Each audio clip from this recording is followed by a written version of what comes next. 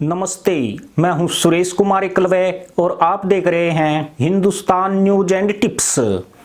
जिन जाहिलों को लेकर भागा था उन्होंने अपने जाहिलपन की सारी हदें पार कर दी है। जब हाथ में कटोरा और पीठ पर चीन के कर्ज का लठोरा तशरीफ तक पसीने छुड़ा रहा है, तब देश के जाहिल नेताओं ने मदरसा पैदाइश को आत्मनिर्भर बनाने का नया आइडिया दिया है। पाकिस्तान प्रशासित कश्मीर और गिलगिट बाल्टिस्तान मामलों के संज्ञा मंत्री अली अमीन गंडापुर ने कटोरा छाम आवाम को महंगाई की वजह से चाय में चीनी के 9 दाने कम डालने और कम रोटी खाने की सलाह दी है। हालांकि इस फटीचर देश की कंगाल जनता का ऐसा मजाक पहली बार नहीं उड़ाया गया है। हाल ही में सत्तारूढ़ पाकिस्तान तहरीक इंसाफ के नेशनल असेंबली के सदस्य रियाज फतायना ने गंडापुर जैसी सलाह दी थी। साल 1998 में जब पाकिस्तान ने परमाणु परीक्षण किया था तो तत्कालीन पीएम नवाज शरीफ ने मदरसा पैदाइश को तहमद कसने को कहा था, यानी पेट में रोटी नहीं जाएगी तो तहमद ढीले होना तय है। इसका सीधा मतलब यही है कि भारत से अलग होने के बाद इनकी हालत अल्लाह मेहरबान तो गधा पहलवान के इर्द गिर्द घूम रही है। अल्लाह ने इनके तहमद को एक जगह थामने की कोई व्यवस्था नहीं की है। नवाज शरीफ की पार्टी के बाद पीटीआई सरकार ने भी शुरुआती दिनों से गरीबों को कम खाने की सलाह दी थी। वैसे इस देश की 48% से ज्यादा कौम पहले ही 2 वक्त की रोटी का जुगाड़ नहीं कर पा रही है।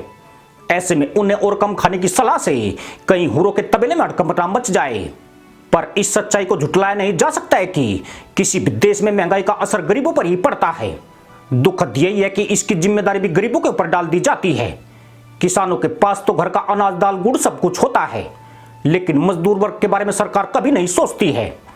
इस वर्ग के पास तो इतने संसाधन भी नहीं है कि 2 दिन के लिए भी सरकार के खिलाफ धरना कर सके। पर सरकारें भी किसानों की बात करती है, लेकिन जो इन किसानों के खेतों में काम करते हैं और शहरों की गगनचुंबी इमारतों के असली निर्माता है, वह पाकिस्तानी नहीं पूरी दुनिया में हाशिए पर चले गए हैं। मदरसा मुल्क में महंगाई के रिकॉर्ड स्तर पर पहुंचने का दोष एक एक टुकड़े के लिए तरस रहे मदरसा पैदाइश के ज्यादा खाने को दिया जा रहा है, जबकि हकीकत यह है कि पाकिस्तान में गरीबों का खाना महंगाई की वजह नहीं है। इस कंगाल मुल्क में महंगाई के 3 बड़े कारण हैं। इनमें विश्व बाजार में वस्तु की कीमतों में वृद्धि, पाकिस्तानी रुपए की कीमत में गिरावट और इमरान सरकार की तरफ से लागू गई टैक्स नीतियां हैं। हाल के महीनों में पाक सरकार ने राजस्व यानी आमदनी के लक्ष्य को प्राप्त करने के लिए ईंधन जैसी वस्तुओं पर टैक्स बढ़ाया है, जिसकी वजह से कीमतों में और ज्यादा उछाल आ गया है। रोजमर्रा के इस्तेमाल की जिन चीजों में ईंधन का इस्तेमाल होता है, उनकी कीमतें हद से ज्यादा बढ़ गई है। इमरान ने नया पाकिस्तान बनाने के चक्कर में मदरसा मुल्क को नेट इंपोर्टर देश बना दिया है। यह देश कुछ साल पहले गेहूं, प्याज, चीनी का बड़े पैमाने पर निर्यात करता था, मगर आज की घड़ी अनाज, दालें, चीनी जैसे खाद्य पदार्थों का आयातक देश बन गया है।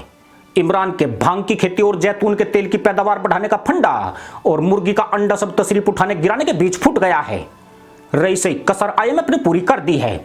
पाकिस्तान को कर्ज लेने के लिए बार बार आईएमएफ के सामने पिछवाड़ा मटकाना पड़ रहा है, जिसके बाद आईएमएफ सरकार से इन वस्तुओं पर टैक्स लगाने के लिए कह देता है। पर सरकार के इन प्रयासों के बाद भी न पाकिस्तान का राजस्व बढ़ रहा है और न कर्जों का विकास की योजनाओं में खर्च हो पाता है।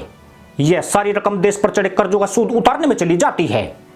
एक बार जब कीमतें बढ़ जाती है तो वे नीचे नहीं आती है या उन्हें नीचे लाना ही मुश्किल हो जाता है, जिसका असर अमीरों की बजाय गरीबों पर ही पड़ता है। यूं भी पाकिस्तान में चीनी के 9 दाने खाने की सलाह देने वाले नेता अरबों रुपए की संपत्ति के मालिक हैं। पेंडोरा पेपर्स लीक में पाकिस्तान के 700 से ज्यादा भ्रष्टाचारी मुल्लों के नाम सामने आए हैं।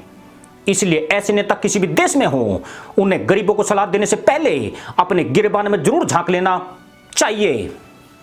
इसी के साथ अनुमति दोस्तों, जय जवान, जय किसान, जय हिंद, वंदे मातरम।